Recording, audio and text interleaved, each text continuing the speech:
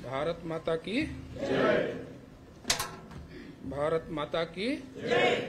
भारत माता की जय। कुछ लोग के मोबाइल के बजने की आवाज आती है। मोबाइल पहले हो गया हो तो बाबा साहब भी संविधान में लिखते कि कार्यक्रम में मोबाइल नहीं बजना चाहिए, तो साइलेंट पर कर लीजिए एक बार। पीछे बीच में कुर्सी खाली है और कई लोग को कुर्सी मिली नहीं है, इधर आ जाइए, वो भी है देखो।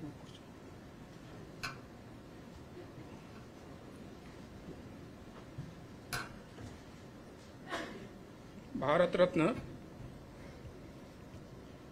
पूजनीय डॉक्टर बाबा साहब अम्बेडकर जी सम्मान अभियान के इस कार्यक्रम के अंदर मंच पर उपस्थित जिनका सार गर्भित विचार हमको सुनने के लिए मिला, साहित्यकार, शिक्षाविद डॉक्टर ऋषिकेश कांबले जी, हमारे माजी अर्थ मंत्री और खासदार डॉक्टर कराड़ साहब, आमदार और भारतीय जनता पार्टी महाराष्ट्र के सर चिटनीस संजय केनेकर जी, दूसरी आमदार अनुराधा ताई, मंच के दाईं ओर बैठे हुए हमारे दोनों अध्यक्ष सुहास जी और संजय जी,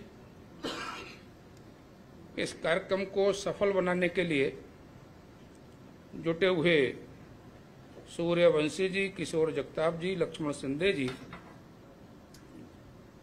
इस सभागार के अंदर उपस्थित सभी भाइयों बहनों, पत्रकार बंधुओं,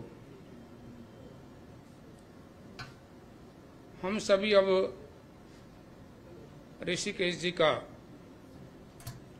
सुंदर मार्गदर्शन सुन रहे थे। वो उस विषय के तज्ञ व्यक्ति हैं, उनका शोध अम्बेडकर जी पर हुआ है और भारत रत्न बाबा साहब अम्बेडकर ये इतना व्यापक विषय है कि इस प्रकार के कार्यक्रम लगातार 2-3 दिन भी चलेंगे तब भी वो समय जो है छोटा पड़ेगा। भारतीय जनता पार्टी ने डॉक्टर बाबा साहब अम्बेडकर जी के जन्म दिवस को आधार मानकर एक 8 दिन के कार्यक्रमों का संपूर्ण देश में एक अभियान लिया। उनके जन्म के एक दिन पूर्व संपूर्ण देश में जहां जहां बाबा साहब की प्रतिमा है, पार्टी के कार्यकर्ता वहां पर स्वच्छता करें, श्रमदान करें। 13 अप्रैल को इस कार्यक्रम की रचना हम लोगों ने की थी। 14 तारीख को बाबा साहब की प्रतिमा के ऊपर माल्यार्पण किया जाए, मानवंदना की जाए। जहां पर प्रतिमा नहीं है वहां पर बाबा साहब का चित्र रखकर कार्यक्रमों का आयोजन किया जाए। देश के 10.5 लाख बूथों पर बाबा साहब के जन्मदिन को मनाने का कार्यक्रम हो, कार्यालयों को सजाया जाए, मिष्ठान वितरण किया जाए। 14 तारीख के कार्यक्रमों की रचना की थी। 15 तारीख से और आज का ये अंतिम दिन है, बाबा साहब के विचार और बाबा साहब को लेकर चलने वाली राजनीति, इन विषयों पर गोष्ठियां की जाएं। उसी क्रम में आज संभाजी नगर की गोष्ठी में मैं आपके सम्मुख उपस्थित हूं। बाबा साहब का जीवन, बाबा साहब कैसे कुशाग्र बुद्धि मेधावी विद्यार्थी थे, अमेरिका इंग्लैंड के अंदर जाकर उन्होंने जो अध्ययन किया और वहां पर जो अपना स्थान बनाया, बाबा साहब की पहचान संविधान निर्माता और दलितों उद्धार के रूप में हुई, जिसको ऋषिकेश जी ने भी बोला। लेकिन वो बड़े अर्थतज्ञ थे, उनका शोध भी आर्थिक विषय पर ही था। उनका जो जीवन है वो संस्कृत के बारे में उनकी दृष्टि, थॉट्स ऑन पाकिस्तान के अंदर मुस्लिम समाज के बारे में उनकी दृष्टि, जो लेबर है उसके बारे में दृष्टि। और यहाँ बहनें कुछ बैठी हैं, शायद उनको जानकारी हो, ये जो मैटरनिटी लीव जिसको बोलते हैं, मातृत्व अवकाश, ये देश के अंदर सबसे पहले देने वाले व्यक्ति ये बाबा साहब थे। मजदूरों के लिए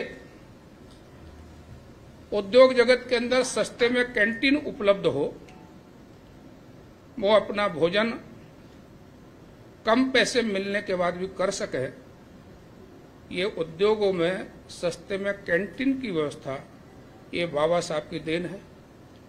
इस देश की श्रम नीति, कृषि, नदी जोड़ो, उन सारे विषयों की चर्चा और संक्षेप में पूर्व वक्ता ने की है। आज मैं आप सबके बीच में बाबा साहब के इन विषयों की चर्चा करने के लिए नहीं खड़ा हूं। वो भी अपने में एक व्यापक विषय है। संविधान की बहस में अलग अलग विषयों पर उनका दृष्टिकोण, वो भी एक व्यापक चर्चा का विषय है। हमारे प्रधानमंत्री कहते हैं कि आज एक चाय वाला देश का प्रधानमंत्री यदि बन सका और इतनी लंबी यात्रा एक गरीब पुत्र ने की, तो इस संविधान के कारण वो सफल हो पाया। हमारे जीवन और हमारे देश में संविधान का ये योगदान है। लेकिन ये भी आज की चर्चा का विषय मेरा नहीं है। आज आपके बीच में एक अलग संदर्भ में चर्चा करना चाहता हूं। हम एक राष्ट्रीय विचार से जुड़े हुए लोग, भारतीय जनता पार्टी के माध्यम से राजनीति में सक्रिय लोग, उनके सामने समाज भी प्रश्न पूछता है और हमको भी कुछ उत्तर देना पड़ता है। उसका कारण है कि अनुसूचित वर्ग, अनुसूचित जनजाति वर्ग, दलित वर्ग, गरीब वर्ग एक जागरूकता के कारण से, शिक्षा के कारण से ताकत बनकर उभरा है। और राजनीतिक क्षेत्र के लोगों की विशेषता होती है कि जहां उनको ताकत दिखती है, जहां उनको वोट की ताकत दिखती है, तो सब लोग वहां पर जाते हैं। और इसलिए इस वोट की ताकत का उपयोग करने के लिए जिन्होंने बाबा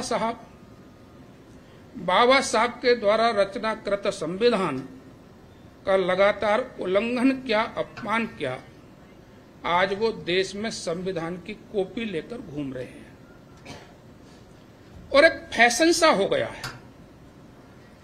जो भी पार्टी अपने अपने क्षेत्र में खड़ी होती है तो वो एक काम करती है कि इस राष्ट्रीय विचार को गाली दो, ये संविधान को समाप्त करेंगे, ये आरक्षण को समाप्त करेंगे, इसके नारे उछालो और हाथ में पुस्तक लेकर लोगों को संविधान दिखाओ कि खतरे में आ गया है।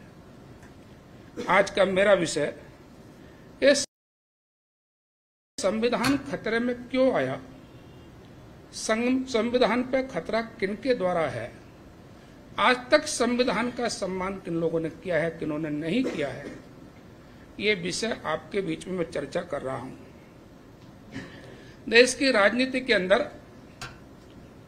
कांग्रेस का नेतृत्व था।